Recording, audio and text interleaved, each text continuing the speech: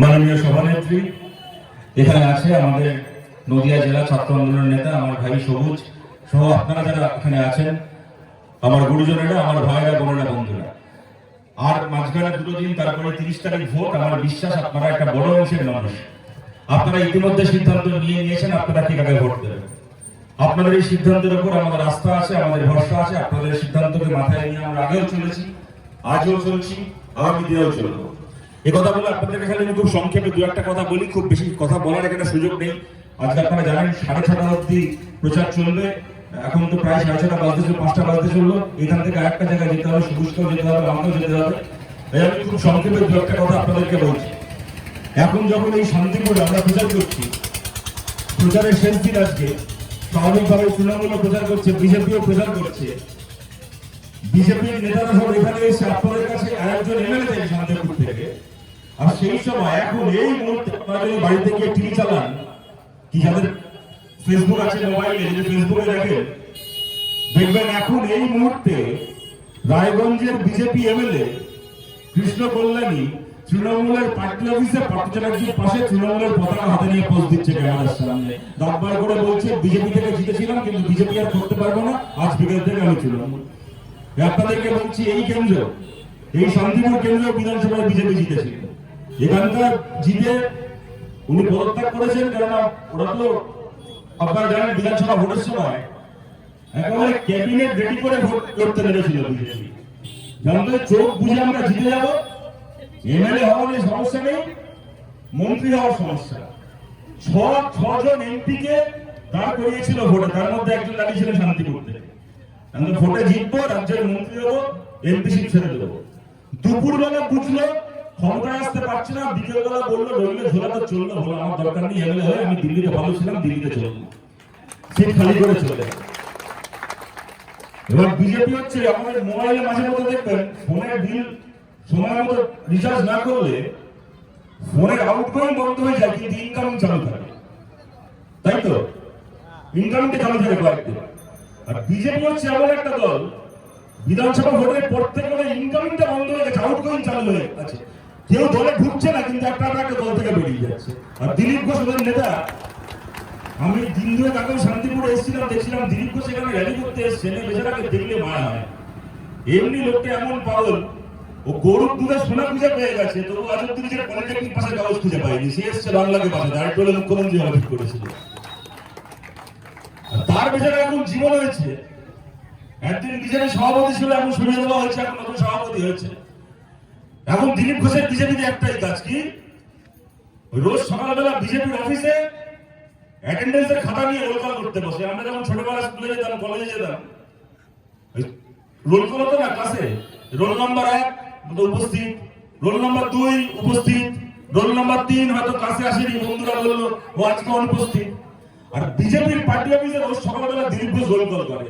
MLA number 1 বলে উপস্থিত, MLA number 2 তৃণমূলে চলে গেছে, এমএলএ নাম্বার 3 তৃণমূলে ঝামেঝামে করছে, এমএলএ নাম্বার 4 তৃণমূল নিচ্ছে না, দরজার বাইরে বসে আছে, দরজা খুললে ঢুকে পড়বে। শান্তিপুরে মিটিং করতে এসেছিলেন যখন, এমনি বিজেপি ৭৭টা এমএলএ জিতেছিল বিধানসভায়। বিকেলবেলায় হয়ে গেল ৭৩, 4 জন পদত্যাগ করে দিল জেতা এমএলএ, জগন্নাথ সরকারের মতো। বাকি রইল ৭৩ জন। তারপর থেকে চলে গেল মুকুল রায়, চলে গেল, এই যাচ্ছে ও যাচ্ছে, সে যাচ্ছে, একটা করে একটা এমএলএ কমছে। এখন কমতে কমতে বোধ হয় ওই শান্তিপুরে যখন মিটিং করতে আসছিলেন দিলীপ ঘোষ, কলকাতা থেকে দেখে এসেছিলেন 68 জন এমএলএ আছে, ফিরে গিয়ে শুনলেন 67 হয়ে গেছে। তাই আপনাদেরকে বলছি কি লাভটা হচ্ছে, কি লাভটা হলো বলুন তো? বিধানসভায় বিজেপিকে ভোট দিয়ে যারা যারা দিলেন, দেখুন তারা আমাদের কেউ শত্রু নন। একটা বড় অংশের মানুষ আপনারা চিরকাল কমিউনিস্ট পার্টিকে ভোট দিয়েছেন। এই শান্তিপুরের মাটি, পাশে ফুলিয়া থেকে শুরু করে, দেহট্টা থেকে শুরু করে রানাঘাট, কুপাস ক্যাম্প, এই এলাকা উদ্বাস্তু আন্দোলনের তীর্থক্ষেত্র। এই এলাকা ওপার বাংলা থেকে কত মানুষ আমাদের পূর্বপুরুষেরা অত্যাচারিত হয়ে চলে এসেছিলেন এপারে। সেদিন তাদের পাশে কেউ ছিল না, কমিউনিস্ট পার্টি ছিল। হাতে লাল পতাকা নিয়ে এই নদীয়ার বুকে আশু ঘোষদের নেতৃত্বে এখানে পার্টি লড়াই করেছিল কমিউনিস্ট পার্টি উদ্বাস্তুদের জন্য।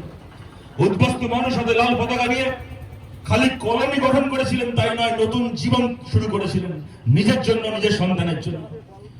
চিরকাল দশকের পর দশক মানুষ এখানে বামপন্থীদেরকে ভোট দিয়েছেন। তারপরে বিজেপিকে ভোট দিলেন মানুষ, কিছু মানুষ।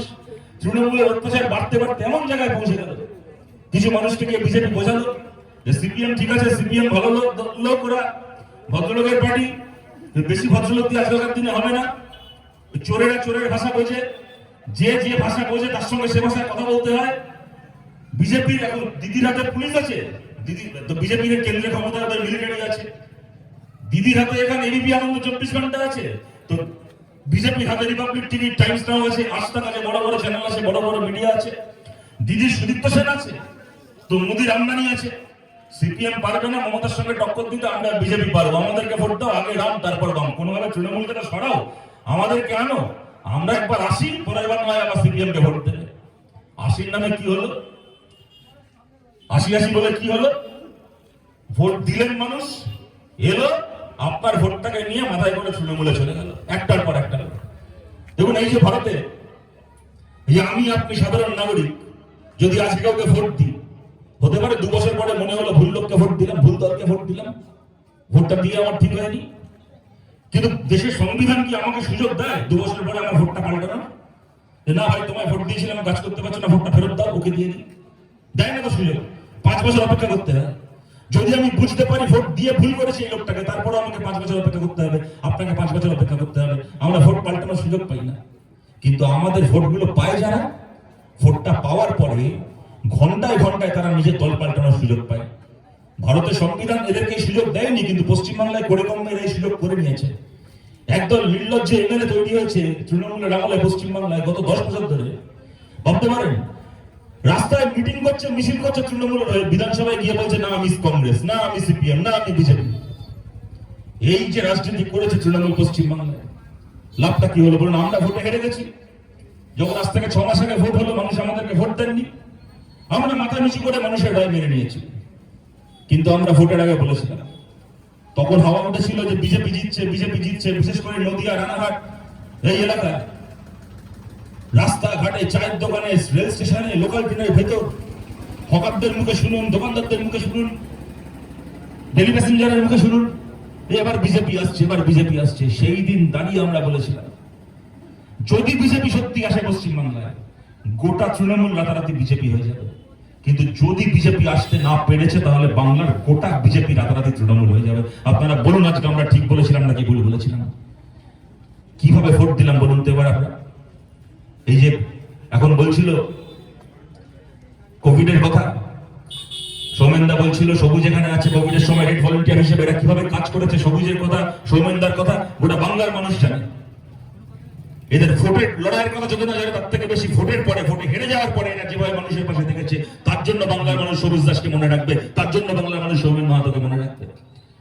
কিন্তু আমরা বলুন, আমরা জানতাম, একসময় আমরা ছোটবেলা থেকে শুনে এসেছিলাম রাজনীতি করতে গেলে মারামারি হয়, খুন খারাপি হয়, ভোটে লড়তে গেলে মার খেতে হতে পারে, মনে যেতে হতে পারে।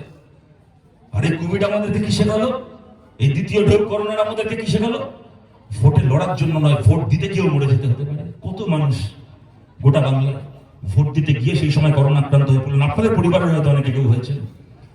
ভোটে পোলিং এজেন্ট হতে গিয়ে, কাউন্টিং এজেন্ট হতে গিয়ে, মিটিং করতে গিয়ে, মিছিল করতে গিয়ে কত মানুষ আক্রান্ত হলেন। গোটা বাংলায় বোধহয় এমন একটা পরিবার নেই যে পরিবারের কোনো না কোনো আপনজন এই করোনার দ্বিতীয় ঢেউয়ের সময় চলে না গেছেন। কি পেলাম বলুন তো আমরা এইভাবে ভোট দিয়ে? এইভাবে ভোট দিয়ে আমরা কি পেলাম? কতগুলো এমন এমএলএ আঙুল থেকে ভোটের কালি ওঠার আগে যারা দল পাল্টে তৃণমূল হয়ে গেল। এই পেলেন আপনারা ভোট দিয়ে। কি লাভটা হচ্ছে এইভাবে বিজেপিকে ভোট দিয়ে? ভাবুন, এই সমস্ত নেতা হয়েছে আমাদের এই পাশের কেন্দ্রের দিকে কৃষ্ণনগর, জিতলো ওখানে মুকুল রায়। আপনাদের এই সমস্ত এলাকায় এসে বুঝিয়ে গেছে গত 4 বছর ধরে যে আমি একসময় তৃণমূল করতাম, খুব খারাপ ছিল তৃণমূল, এখন আমিও বিজেপি হয়ে গেছি, আপনারা সবাই বিজেপি হয়ে গেছে। মিডিয়ার সামনে গর্ব করে বলছে আমার জীবনের সবচেয়ে বড় অপরাধ কি? নদিয়ার জেলা পরিষদ বামফ্রন্ট জিততো 2013 সালে, বামপন্থীদের জেলার কথা। আমি মুকুল রায় নদিয়ার জেলা পরিষদ বেআইনি ভাবে বামপন্থীদের কাছ থেকে দখল করে তৃণমূলকে পাইয়ে দিয়েছিলাম। দাঁড়িয়ে থেকে একটা লোক বলছে যে হ্যাঁ আমি নদিয়ার জেলা পরিষদ ফাঁকতলায় চুরি করে, লোককে হুমকি দিয়ে, পুলিশকে কাজে লাগিয়ে, দল বদল করিয়ে, জেলা পঞ্চায়েত মেম্বারদেরকে পদত্যাগ করিয়ে, চুরি করে, চিটিংবাজি করে নদিয়া জেলা পরিষদ পাল্টি করিয়েছিলাম। সেই মুকুল রায় বিজেপির নেতা দেশের নেতা নয়, লালকৃষ্ণ আডবাণীকে সরিয়ে দেওয়া হলো বিজেপির মাথা থেকে, আর মুকুল রায়কে বানিয়ে দেওয়া হলো সর্বভারতীয় সহসভাপতি। এত বড় বিজেপি নেতা আপনাদের এখানে এসে বুঝিয়ে গেছেন, গোটা নদিয়ার চষে বেরিয়েছিল আপনাদেরকে বিজেপিকে ভোট দিতে বলে। কি হলো? ভোটের ফলাফল বেরোনোর পরে 30টা দিন কাটলো না, একটা মাস কাটলো না, একটা মাস কাটলো না, তার আগে গিয়ে তৃণমূলে সামিল হয়ে গেল। ভাবুন কি সব নেতা হয়েছে, মানে এমন সব এদের অবস্থা দল বদল করে করে নিজেরই মনে থাকে না কখন কোন দলে আছে। আপনারা দেখলেন কদিন আগে মিডিয়াতে একটা ভিডিও, ফেসবুক যারা করেন তারা তো আরো ভালো করে দেখেছেন। কৃষ্ণনগরে গেছে মুকুল রায়, সাংবাদিকরা জিজ্ঞেস করেছে মুকুল দা কি বুঝছেন, ত্রিপুরা রেজাল্ট কি হবে? বলে ত্রিপুরায় বিজেপি বিপুল ভাবে জিতবে। সাংবাদিকরা বলছে মুকুল দা কি বলছেন, আপনি তখন তৃণমূল? বলছে ও আমি তৃণমূল না, হ্যাঁ তাহলে তৃণমূল বিপুল ভাবে জিতবে। এই সমস্ত মাল হয়েছে নেতা না। আমরা আপনাদেরকে বলছি, আমার তো মুকুল রায়ের কথা ছেড়ে দিন, আমার মাঝে মধ্যে খারাপ লাগে মুকুল রায়ের গাড়ির ড্রাইভারের জন্য। ভাবুন বেচারার কি অবস্থা। রোজ সকালবেলা মুকুল রায় বাড়ি থেকে বেরিয়ে সাজগোজ করে বেরিয়ে গাড়িতে ওঠে, গাড়ির দরজা বন্ধ করে, মুকুল রায়ের গাড়ির ড্রাইভার সে বেচারা গাড়ি স্টার্ট দিয়ে বোধহয় বেচারাকে রোজ পেছন ফিরে জিজ্ঞেস করে, দাদা আজ আপনাকে কোন পার্টি অফিসে নিয়ে যাবো, বিজেপির না তৃণমূলের? এবং এরা এসেছিল আরেকটু হলে পশ্চিমবাংলার মুখ্যমন্ত্রী হতে। আপনাদেরকে একটা ঘটনা বলছি, আপনারা জানেন আসানসোলের ওখানে বিজেপির নেতা আছে, আগে তৃণমূলে ছিল জিতেন্দ্র তিওয়ারি, ওখানকার একটা চেয়ারম্যান ছিল, একটা এমএলএ ছিল।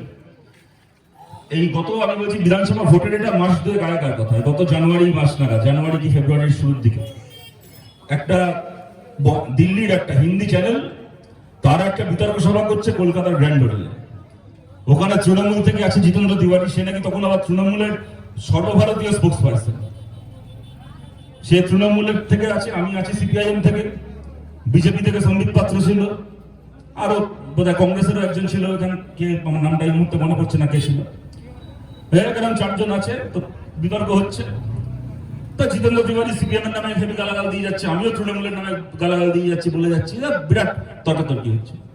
এবার সেই দিন ছিল ওইটা সন্ধ্যাবেলা হচ্ছে বিতর্ক সভাটা, ওই দিন রাত্রিবেলা আমার শিলিগুড়ি যাওয়ার ট্রেন ছিল। আমি বাড়ি থেকে ব্যাগটা গুছিয়ে বেরিয়েছিলাম, গ্র্যান্ড হোটেলের সভাটা শেষ হয়েছে, ওখান থেকে আমি স্টেশনে গেছি, ট্রেন ধরেছি, শিলিগুড়ি গেছি, 2 দিন পরে কলকাতায় ফিরেছি। শিলিগুড়িতে 2 দিন ওখানে 2টো জায়গায় মিটিং করে। এবার বাইরে থাকলে যা হয়, অত টিভি দেখা হয়নি, খবরের কাগজ পড়া হয়নি, সকাল থেকে বেরিয়ে যেতাম, বিভিন্ন জায়গায় যাচ্ছি, মিটিং করছি।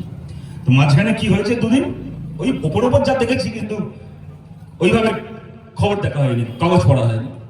তো 2 দিন পরে কলকাতায় ফিরেছি, ঠিক 2 দিন পরে সকালবেলা ফিরেছি কলকাতায়, ট্রেন থেকে নেমেছি, সেদিন সন্ধ্যেবেলা আবার বাংলা একটা চ্যানেল নিউজ 18-এ হচ্ছে আবার একটা বিতর্ক সভা। গেছি, সেখানে দেখি জিতেন্দ্র তিওয়ারি এসছে, শুরু হয়েছে মিটিং। এরা তো সেই সিপিএম এর নামে গালাগাল দিয়ে যাচ্ছে, আমি ওকে তৃণমূলের নামে গালাগাল দিয়ে, তৃণমূল এই করেছে, লজ্জা করেন আপনাদের, এই করেছেন, ওই করেছেন, হ্যান করেছেন, চলছে, এরকম চলছে।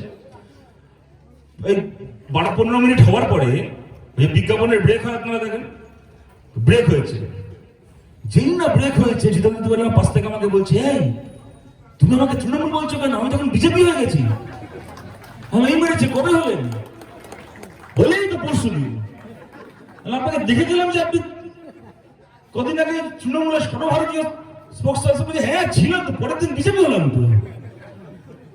ভাবুন, আপনাদেরকে বলছি এদের মানে আছে, এরা পাল্টায়, এরা দল পাল্টায়, এটা কোটি কোটি টাকায় বিক্রি হয়, কোটি কোটি টাকায় বিক্রি হয়। কিন্তু এদের নিজেদের কি অকাত বলুন তো, কারা এরা? যদি আপনারা ভোটটা দিতেন, যদি আমরা ভোট না দিতাম, এদের পাশের বাড়ির লোক এদেরকে চিনত। কারা এরা? আপনারা ভোট দিচ্ছেন, সাধারণ মানুষ ভোট দিচ্ছেন, দিয়ে আপনার বাড়িতে আপনার ছেলে আপনার মেয়ে বেকার হয়ে বসে আছে, চাকরির ফর্ম ফিল আপ করতে করতে পেটের খালি শুকিয়ে যাচ্ছে, লোক বাড়ি থেকে চাকরি করলে আসছে না। আপনি ভোট দিচ্ছেন, আপনার প্রত্যেক দিন আপনার পাড়ার, আপনার এলাকায় আপনার ছোট দোকানটা হেঁটে যাচ্ছে বড় বড় মাল্টিন্যাশনাল কোম্পানির কাছে। আপনি ভোট দিচ্ছেন, আপনি জানেন না আজকে কাজ থেকে বেরিয়েছেন, তারা সকালবেলা আপনার কাজটা থাকবে কি থাকবে না। আপনি ভোট দিচ্ছেন, আপনার বাড়িতে 200 টাকা 250 টাকা কেজির দরে সরষের তেল কিনতে হচ্ছে, 108 টাকার পেট্রোল, 100 টাকার ডিজেল কিনতে হচ্ছে। আর আপনার ভোটের জন্য পাওয়া এমএলএসি বাজারে বিক্রি করে এদের আগামী 7 পুরুষ বসে খাবে এমন সম্পত্তি বানাচ্ছে। কি লাভটা হচ্ছে বলুন এদেরকে জিতিয়ে? আর কদিন এরা ধর্মের নামে ভোট নিতে হবে বলুন তো আমাদের কাছ থেকে? কদিন বিজেপি এসে বুঝিয়ে যাবে এরা হিন্দুদের পার্টিটাই হিন্দুদেরকে ভোট দিতে হবে? এই যে আপনারা দেখলেন, আমি যেটা বলছিলাম এর আগে, এই শান্তিপুর থেকে শুরু করে পাশে রানাঘাট কুপার ক্যাম্প, এই বিস্তীর্ণ উদ্বাস্তু অঞ্চল, এখানে আমাদের ঘরে ঘরে আমাদের পূর্বপুরুষেরা এরকম আছে, উদ্বাস্তু পরিবারের মানুষ ছাড়া ওপার বাংলা থেকে এপারে চলে এসেছিলেন, আশ্রয় নিতে হয়েছিল তাদেরকে, কোন রকম ভাবে এখানে নতুন করে জীবন শুরু করেছিলেন। আজকে আপনারা দেখেছেন দুর্গাপুজোর সময় ওপার বাংলায় কুমিল্লায় আবার ধর্মের নামে অত্যাচার শুরু হয়েছে, প্যান্ডেল ভেঙে দেওয়া হয়েছে, দুর্গা ঠাকুরের মূর্তি ভাঙা হয়েছে, ওখানকার সংখ্যালঘু হিন্দু মানুষের উপর অত্যাচার হয়েছে। এখানে বাংলায় গোটা ভারতে বামপন্থীর এই যে সবুজ যে সংগঠন করে এসএফআই ডিওয়াইএফআই বামপন্থী সংগঠন আমাদের পার্টি থেকে তার প্রতিবাদ করা হয়েছে, এবং খালি এখানে বলে নয়, বাংলাদেশে কমিউনিস্ট পার্টি লড়াই করেছে, ওয়ার্কার্স পার্টি লড়াই করছে তার বিরুদ্ধে, গোটা পৃথিবীর মানুষ নিন্দা করেছে, বাংলাদেশ সরকারের কাছে দাবি করেছে যেন অবিলম্বে ওখানকার সংখ্যালঘু হিন্দু মানুষকে নিরাপত্তা দেওয়া হয়। আর সেই সময় একটা লোক, বিজেপির নেতা শুভেন্দু অধিকারী, এই শান্তিপুরের বুকে দাঁড়িয়ে বলছে, আপনাদের সামনে, আপনাদের বাড়ির উঠোনে দাঁড়িয়ে, আপনাদের চৌকাটে দাঁড়িয়ে একটা লোক বলছে, কুমিল্লায় যত হিন্দু মরবে শান্তিপুরে তত বেশি আমরা ভোট পাবো, ওখানে যত দুর্গার মূর্তি পুড়বে এখানে তত আমাদের ভোট পাবে। একটা লোক দাঁড়িয়ে থেকে বলছে। তারপরে এরা ধর্মের নামে আপনাদের ভোট পাবে, তারপরে এরা দিনের পর দিন লোককে বোঝাবে ধর্মের নামে যে আমরা হিন্দুদের পার্টি। আরে যে পার্টি মানুষের শত্রু সেই পার্টি মুসলমানেরও শত্রু, সেই পার্টি হিন্দুদের শত্রু। বলুন তো, ভারতে মোদী ক্ষমতায় আসার পরে একটা হিন্দুর নাম বলুন তো যার উপকার হয়েছে? মোদী যখন নোট বাতিল করেছে সাধারণ হিন্দুদেরকে ব্যাংকের লাইনে মরতে হয়নি। মোদী যখন ভ্যাকসিন বিক্রি করেছে, ভ্যাকসিনের 2 নম্বরই কারবার হয়েছে গোটা ভারত জুড়ে, সাধারণ মানুষকে ভ্যাকসিন না পেয়ে মরতে হয়নি। এই তো করোনার ভ্যাকসিন প্রথম ভ্যাকসিন না, এর আগেও তো 90 দশকে আমরা দেখেছিলাম জ্যোতি বসু তখন রাজ্যের মুখ্যমন্ত্রী, নরসিংহ রাও দেশের প্রধানমন্ত্রী, তখনও পালস পোলিও ভ্যাকসিন হয়েছিল। এখানে আমাদের যে গুরুজনেরা রয়েছেন, আপনারা সেই সময় গেছিলেন, আপনাদের মনে আছে, আপনারা ছোট ছোট বাচ্চাগুলোকে লাইন দিয়ে পোলিও টিকা কেন্দ্রে, কোনোদিন তো কোনো পোলিও টিকা কেন্দ্রের বাইরে জ্যোতি বসুর ছবি ঝোলায়নি সরকার। আর কোনোদিন তো কেউ দাঁড়িয়ে বলেনি যে সিপিএম কে ভোট দিলে সে আগে তার বাচ্চা পোলিও ভ্যাকসিন পাবে, সিপিএম কে ভোট না দিলে তোমার বাচ্চা পরে পোলিও ভ্যাকসিন পাবে। আর যে জিনিস হয়েছে বাংলায় ভ্যাকসিন দিয়ে, কোনোদিন তো ওই দেবাঞ্জন দেবের মতো কোনো জালিয়াত বাচ্চাদের মুখে ভ্যাকসিনের নাম করে পাউডার করা জল ধরাতে পারেনি। ভারতবর্ষের একজন বাচ্চাকেও তার বাবা মাকে তো কোনোদিন পয়সা দিয়ে ভ্যাকসিন কিনে দিতে হয়নি। গোটা ভারতের প্রত্যেক শিশু বিনা পয়সায় ভ্যাকসিন পেয়েছে। কোনোদিন কোন নেতা, না বামপন্থী কোন দলের, না কংগ্রেসের, না অন্য কোন দলের কোন নেতা, কোন মন্ত্রী প্রেস কনফারেন্স করে মিডিয়ার সামনে বলেনি যে রাজ্যে আমরা ভোটে জিতবো সেই রাজ্যে আগে ভ্যাকসিন দেওয়া হবে, যা আজকে করে দেখিয়েছে মোদী আর অমিত শাহ। বলুন তো, এদের এই ভ্যাকসিন নীতির ফলে ভারতের কোন হিন্দুর উপকার হয়েছে? এই যে শান্তিপুর এলাকায় এত মানুষ, শান্তিপুরে ফুলিয়ায় তাঁতের কাজের জন্য তাদের কাজের সঙ্গে যুক্ত, ফুলিয়ার তাঁত শিল্প গোটা ভারতের কাছে আমাদের গর্ব। কি অবস্থা এখানকার তাঁত শিল্পীদের, আপনাদের থেকে ভালো আপনারা জানেন। 2018 সাল 19 সালে যে মাল সাপ্লাই করেছেন দোকানে, কলকাতার দোকানে, মার্কেটে, বম্বে পাঠিয়েছেন, দিল্লি, গুজরাটে পাঠিয়েছেন, আজকে 2 বছর হয়ে গেছে, 2.5 বছর হয়ে গেছে, এখনো তার দাম পাননি। বাজারের যে অবস্থা নোট বাতিলের পর থেকে, তারপরে লকডাউনের জন্য 2 বছর 2.5 বছর হয়ে গেছে, এখনো পর্যন্ত সেই সাপ্লাই মাল পাওয়া যায়নি, দাম পাওয়া যায়নি। এদিকে 1 লাখ টাকা, 1.5 লাখ টাকা জিএসটি জমা দিতে হচ্ছে। এই অক্টোবর মাসে 1-1.5 লাখ টাকা করে জিএসটি জমা দিতে হচ্ছে তাঁত শিল্পীদেরকে। কোন হিন্দু তাঁত শিল্পীর উপকার হয়েছে বলুন তো মোদী ক্ষমতার পরে? তাই যারা মানুষের শত্রু, তারা মুসলমানের শত্রু, তারা হিন্দুর শত্রু, সবার শত্রু। আপনাদেরকে বলছি, পশ্চিমবাংলায় বিজেপি জিততে পারেনি, জিততে পারবে না, সেটা বড় কথা নয়। বড় কথা হচ্ছে, আপনি যদি চান তৃণমূলের বিরুদ্ধে ভোট দিতে, আমাদের কথা শুনে বিশ্বাস করতে হবে না আপনাদেরকে, অনেকে করেননি। আজকে নিজের চোখ দিয়ে বাংলার দিকে তাকিয়ে দেখুন, মুকুল রায়, বাবুল সুপ্রদের দিকে তাকিয়ে দেখুন। আপনারা যারা ঘাসফুল চিহ্নে ভোট দিয়েছেন তাদের ভোট গেছে তৃণমূলে, সেই এমএলএ এখন দাঁড়িয়েছে তৃণমূলে। আর যারা পদ্মফুল চিহ্নে ভোট দিয়েছেন সেই ভোটগুলো পেয়ে যারা এমএলএ হয়েছে তারাও এখন দাঁড়িয়েছে তৃণমূলের পার্টি অফিসে, হাতে তৃণমূলের ঝান্ডা। আমরা বলেছিলাম বিজেপি, অনেকের বিশ্বাস হয়েছে, অনেকের বিশ্বাস হয়নি, কিন্তু আজকে তাকিয়ে দেখুন, আপনার ভোটে জেতা মহুয়া মৈত্র তৃণমূল, আর পদ্মফুল চিহ্নে যেটা বাবুল সুপ্রিয় সহ তৃণমূল। কি লাভটা হলো বলুন তাদেরকে জিতে? কি লাভটা হলো এরকম ভাবে? আপনাদেরকে বলছি আমাদেরকে জেতান, এখান থেকে আপনারা সৌমেন মাহাতোকে জিতিয়ে পাঠান। আমি আমার কথাকে শেষ করবো বলে 2রা মে দিনটার কথা আপনারা মনে করুন। সকাল থেকে গণনা চলছে, যত বেলা গড়াচ্ছে, গোটা বাংলার মানুষ বুঝতে পারছেন তৃণমূল আবার জিতছে, তৃতীয়বারের জন্য ক্ষমতায় আসছে। বিজেপি হারছে, আমরা তো হারছি, আরো খারাপ ভাবে হারছি। দুপুরের পর থেকে কি চেহারা ছিল এই শান্তিপুরের গোটা বাংলা, প্রত্যেকটা এলাকায় তৃণমূলের পার্টি অফিসে বড় বড় স্পিকারে খেলা হবে করে ডিজের গান চালিয়ে মালকে উত্তাল নাচছে। আর জানে যে সন্ধ্যের পরে বেরিয়ে পড়বো, ফুর্তি করা হয়ে গেলে সন্ধ্যের পরে হাতে ডান্ডা নিয়ে বেরিয়ে পড়বো। কোথায় কে সিপিএম এর মিছিলে গেছিল, কোথায় কে বিজেপি হয়ে দেওয়াল লিখেছিল ভোটের আগে, কোথায় কে আমরা ডেকেছিলাম অভিষেক ব্যানার্জির মিটিং এ যেতে যায়নি, কোথায় কোন পুজো কমিটি আমাদের পকেটে এখনো আসেনি, কোথায় কোন ক্লাবের ছেলে ভোটের দিন আমাদের কাজ করেনি, সব কাটাকাছে দখল করবো, ঘর ছাড়া করবো, পিটিএস এলাকা ছাড়া করবো। তৃণমূলের পার্টি অফিসের এই ছবি ছিল। আর বিজেপির পার্টি অফিসের কি ছবি ছিল? বড় মেজ সেজ ছোট সবকটা বিজেপি নেতা হাতে কাগজের পেন নিয়ে মুচলেখা লিখতে বসে গেছিল যে বাবা ভুল হয়ে গেছে, ক্ষমা করে দে, জীবনে আর বিজেপি করবো না, এই মুচলেখা জমা দিলাম, দয়া করে দিদির পায়ে ঠাঁই দাও, আজ বিকেল থেকে আমরা সবাই তৃণমূল। বিজেপি মুচলেখা লিখছিল তৃণমূলের কাছে। আর সেই দিন দুপুর বেলায় সৌমেন মাহাতো এই সবুজ দাসদেরকে দেখেছে বাংলা। ভোটের রেজাল্টের দিকে না তাকিয়ে ওই 2রা মে দুপুর বেলা এই ছেলেগুলো কাঁধে অক্সিজেনের সিলিন্ডার নিয়ে ছুটছিল, এ বাড়ি থেকে ও বাড়ি, এ পাড়া থেকে ও পাড়া, এই গ্রাম থেকে সেই গ্রাম। কাদের জন্য? যারা ভোট দিয়েছে আমাদের এখানে, তাদের জন্য নয়। যারা তার 7 দিন 10 দিন আগে আমাদের বিরুদ্ধে ভোট দিয়েছিলেন, তাদের জন্য ছুটছে এই ছেলেগুলো। কেন? আপনারা তো জানেন, যারা এখানে আমার কথা শুনছেন, আপনারা কেউ আমার চেয়ে কম বোঝেন না। আপনারা এত বছর ধরে ভারতের রাজনীতিকে দেখছেন, তারা যে দলকে সমর্থন করুন না কেন, আপনাদেরকে খোলা মনে একটা কথা জিজ্ঞেস করছি, আপনারা বুকে হাত রেখে একবার ভাবুন তো, আমাদের জায়গায়, সিপিএম এর জায়গায় ভারতের দ্বিতীয় যে কোনো দল যদি সেদিন থাকতো, দ্বিতীয় যে কোনো দল, তাহলে এইভাবে ভোটে হারার পরে এই অবস্থায় কি করতো? আপনারা যে দলকেই সমর্থন করুন না কেন, আপনারা জানেন আমাদের জায়গায়, সিপিএম এর জায়গায় ভারতের দ্বিতীয় যে কোনো দল থাকলে পায়ের ওপর পা তুলে বসে তামাশা দেখতো। লোকে আমাদেরকে হারিয়েছে, পাবলিক আমাদের হারিয়েছে। এবার করোনায় অক্সিজেন পাচ্ছে না, হাসপাতালে ভর্তি হতে পারছে না, লকডাউনে বাড়িতে খাবার নেই, মরুকে যাক আমাদের দেখার দরকার নেই। মোদী জিতেছে, মমতা ব্যানার্জি জিতেছে, ওরা বুঝে নিক আমাদের কি আছে। আর যদি ওরা মানুষকে বাঁচাতে পেরেছে পারবে, যদি বাঁচাতে না পেরেছে মানুষ থেকে শিখবে, থেকে শিখে ওদেরকে হারিয়ে পরের বার আমাদেরকে জেতাবে, আমরা জেতার পরে কাজ করবো। আমাদের কি দায় পড়েছে? লোকে আমাদের শূন্য আসন জিতিয়েছে, আমাদের কি টাকা পড়ে গেছে? সামনে তো আর কোনো ভোট নেই।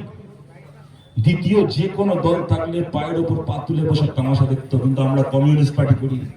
ওই তামাশা দেখবো বলে আমরা কমিউনিস্ট হইনি। আমরা কমিউনিস্ট, আমরা জিতলেও মানুষের পাশে আছি, আমরা হারলেও মানুষের পাশে আছি, মানুষের পাশে আমরা থাকবো, আমরা থেকে দেখিয়েছি। আমরা ভোটের ফলাফলের দিকে তাকাইনি, কোন পাড়ার কোন বুথে আমরা ক ভোটে লিড পেয়েছি, ক ভোটে পিছিয়ে গেছি সেই হিসাবের দিকে তাকাইনি, কে কাকে ভোট দিয়েছি সেই দিকে তাকাইনি। যে অসুবিধায় আছে সাধ্যমতো তার পাশে গিয়ে দাঁড়িয়েছি। সরকারি ক্ষমতা হাতে ছিল না, পার্টির ক্ষমতায়, নিজেদের সাংগঠনিক ক্ষমতায় যতটা পেরেছি করেছি। যদি সরকারি ক্ষমতা হাতে থাকতো আরো বড় আকারে কাজটা করার চেষ্টা করতে পারতাম। সৌমেন মাহাতোরা দেখিয়েছে শান্তিপুরে দাঁড়িয়ে, গোটা বাংলাকে, গোটা দেশকে দেখিয়েছে যে এটাও করা যায়। ভোটে জেতার পরে আপনাদের ভোটে জিতেছিল যারা, তারা তখন বাড়িতে বসে নিজেদের রেট ঠিক করছিল, কত টাকায় বিক্রি হবে তৃণমূলের কাছে। এত কোটি দিন না, অত কোটি দিতে পারবো না বাবু, এত দেবো না, আরেকটু বাড়ান, আচ্ছা না আপনার না আমার, অত দিন। এরকম ভাবে নিজেদের বিক্রি হওয়ার রেট ঠিক করছিল জেতা এমএলএ গুলো। সেই সময় আমাদের পার্টির কর্মীরা, আমাদের পার্টির নেতা সংগঠকরা যারা ভোটে হেরে গেছে, মানুষের পাশে সাধ্যমতো দাঁড়ানোর চেষ্টা করেছে। আপনাদেরকে বলছি, সৌমেন মাহাতোকে জেতান, জিতিয়ে ওর কণ্ঠস্বর এখান থেকে বিধানসভায় পাঠান। দুটো কথা আপনাদেরকে বলছি, এক যারা তৃণমূল থেকে দেখবেন এখন এই প্রচার গাড়িতে বলে বেড়াচ্ছে এই টাকা প্রকল্পের টাকা এখন হচ্ছে দেন হচ্ছে, এই প্রকল্পের টাকা পাওয়ার জন্য তৃণমূলকে ভোট দিন। শুনুন, আপনাদের একটা কথা বলছি বাংলা কথা, বাংলা ভাষায়। এই টাকাগুলো কোনো মুখ্যমন্ত্রী দেওয়ার টাকা নয়, যে মুখ্যমন্ত্রীর দলকে ভোট দিলে সেই টাকা পাবেন আর না হলে পাবেন না। এই টাকাগুলো তা কি রাজ্যের সরকারি প্রকল্প, কি কেন্দ্রের সরকারি প্রকল্প, এগুলো আপনার টাকা, এগুলো আমার টাকা, এগুলো মানুষের ট্যাক্সের টাকা। মানুষের টাকা মানুষ পাবে, কোন মুখ্যমন্ত্রী কোন প্রধানমন্ত্রীর পিতৃপুরুষের দয়ার দান নয় এটা, যে এ জিতলে পাবে ও জিতলে পাবে না। মানুষের টাকা মানুষ যেমন পাচ্ছে তেমন পাবে। সৌমেন মাহাতো জিতলে খালি কি হবে, সরকারি প্রকল্পের যে টাকাগুলো পাওয়ার জন্য এখন কাটপানি দিতে হয়। আপনার আবাসের টাকা, বাড়ির টাকা, সেখান থেকে কাটপানি। 100 দিনের টাকা আপনার নামে মাস্টার রোল তৈরি হয়েছে, টাকা অ্যাকাউন্টে জমা পড়বে, তার আগে তৃণমূলকে 11% দিতে হলো, তবে তার চেক গেল, বাড়ি ভেঙে গেল। আমফানে এলাকায় যে তৃণমূল করে, যার বাড়ি ভেঙে গেছে, সাধারণ তৃণমূল কর্মী, তার বাড়ির তৈরির টাকা এলো না।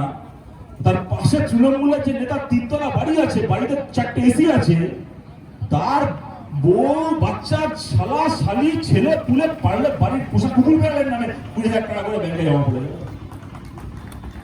এই কাটপানি বন্ধ হবে। দেখেছেন সৌমেন মাহাতো এখানে, আপনারা দেখেছেন 15 বছর কাউন্সিলর ছিল শান্তিপুর টাউনে।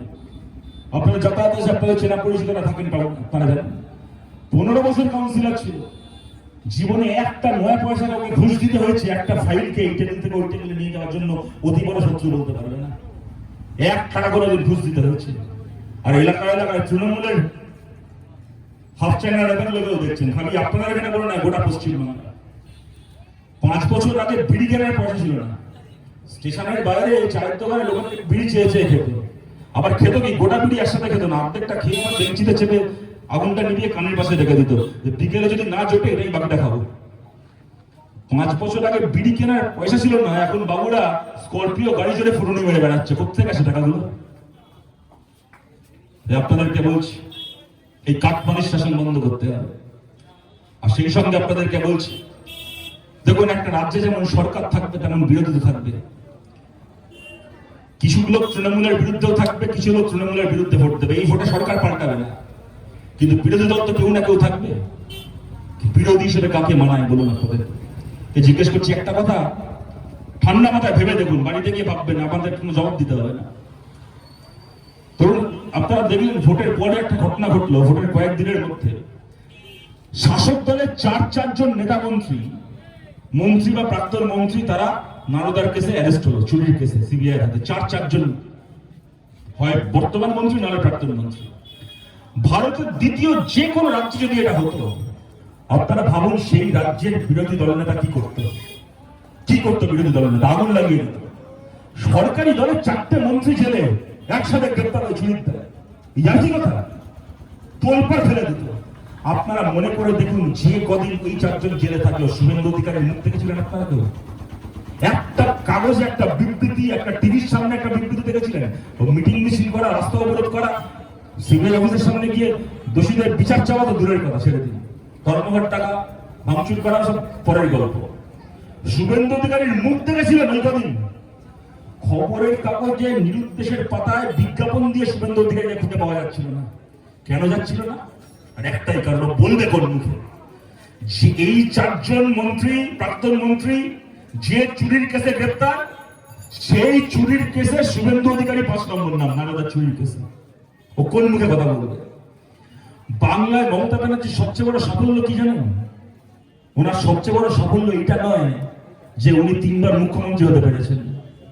ওনার সবচেয়ে বড় সাফল্য হচ্ছে আজকের তারিখে উনি বিজেপির মতো, শুভেন্দুর মতো একটা বিরোধী পক্ষ পেয়েছেন, যে বিরোধীর ক্ষমতা নেই সত্যিকার ইস্যুতে ওনার বিরুদ্ধে একটা কথা বলা। কি করে বলবে? একটা সরকারের বিরুদ্ধে যাতে সমালোচনা হতে পারে, টেটেসিতে পয়সা খাওয়া, দেখুন শুভেন্দু থেকে শুরু করে সবকটা খেয়ে বসে আছে তৃণমূল। 4 চুরি, 3 চুরি, রেশন চুরি, সেই কেসে প্রাক্তন তৃণমূল বর্তমান বিজেপি নেতাদের নামে মামলা চলছে। নারদার কেস, সারদার কেস, রোজভ্যালির কেস, অর্ধেক লোক তৃণমূলে আছে এখন, অর্ধেক লোক বিজেপিতে আছে। হেন ইস্যু নেই, যে ইস্যুতে এরা তৃণমূল সরকারের বিরুদ্ধে বলতে পারে, কিন্তু বিরোধিতা তো করতেই হবে। এদের বিরোধিতা তো ইস্যু কি হয়? কে কোথায় গরুর মাংস খাচ্ছে, কে কোথায় শুয়োরের মাংস খাচ্ছে, কে কার সাথে প্রেম করছে, কে কাকে বিয়ে করছে, কে ইমাম ভাতা পাবে, কে পুরোহিত ভাতা পাবে, এই নিয়ে রাত দিন ভাষণবাজি করে যাচ্ছে। এটাই হচ্ছে মমতা ব্যানার্জির সবচেয়ে বড় সাফল্য। উনি পোষ মারা বিরোধী পেয়েছেন। যে বিরোধী খালি ফোর্স করতে পারে, ছবল মারতে পারবে না ওনাকে। ওনার যা যা প্রতিটা পাপে পশ্চিম বাংলার প্রধান বিরোধী দল বিজেপি এবং তার নেতারা পার্টনার। বিজেপির ক্ষমতা নেই ওনার বিরুদ্ধে সত্যিকারের বিরোধিতা করা, সেইটা করার ক্ষমতা আছে সৌমেন মাহাতোর। এই কণ্ঠস্বরকে আপনারা বিধানসভায় পাঠান।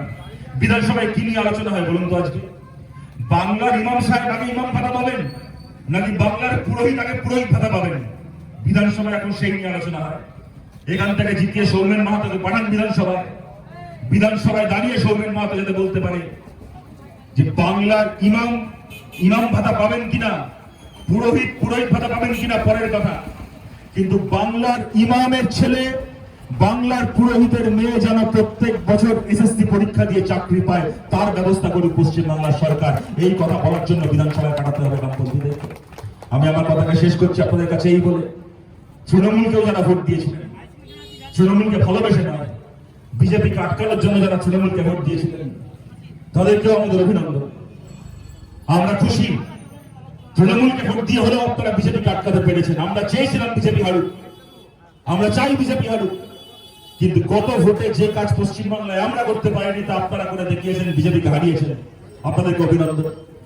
যদি আপনারা সত্যি বিজেপি বিরোধী হয়ে থাকেন, তাহলে আপনারা যেমন এইটা চাননি যে বিজেপি সরকার তৈরি করুক, তেমন আপনারা নিশ্চয়ই এইটাও চান না যে বিজেপি পশ্চিমবাংলার মতো এত বড় একটা রাজ্য, একটা সীমান্তবর্তী রাজ্য, এখানে বিজেপি একমাত্র বিরোধী পক্ষ হয়ে থাকুক, সে আপনারা চান না। বিজেপিকে সরকারে আসতে না দিয়ে আপনারা দুর্বল করেছেন। বিজেপিকে পশ্চিমবাংলার একমাত্র বিরোধী দল হিসেবে না রেখে বিজেপিকে আপনারা আরো দুর্বল করুন। পরের ভোটে আপনারা কাকে ভোট দেবেন, যখন আবার লোকসভার ভোট হবে, বিধানসভার ভোট হবে, তখন আপনারা বিচার করবেন, সিদ্ধান্ত নেবেন। কিন্তু যদি এখান থেকে জিতিয়ে বিরোধী হিসেবে আমাদেরকে পাঠিয়েছেন বিধানসভায়, তৃণমূলের সরকারের কোনো অসুবিধা হবে না। মমতা ব্যানার্জির যা সংখ্যা আছে উনি মুখ্যমন্ত্রী থাকবেন। কিন্তু যদি আমাদেরকে ভোট দিয়ে বিধানসভায় পাঠিয়েছেন, এখান থেকে সৌমেন মাহাতোকে পাঠিয়েছেন বিধানসভায়, তাহলে পশ্চিমবাংলায় বিজেপি যে একমাত্র বিরোধী সরকারের, সেই জায়গাটা ধাক্কা হবে। বিজেপিকে এই ধাক্কাটা দিন, বিধানসভায় কণ্ঠস্বরকে পৌঁছে দিন। আপনাদের কাছে আবেদন রেখে আপনাদের সবাইকে ধন্যবাদ জানিয়ে আমার কথা শেষ করছি। আপনারা সবাই ভালো থাকবেন। নমস্কার।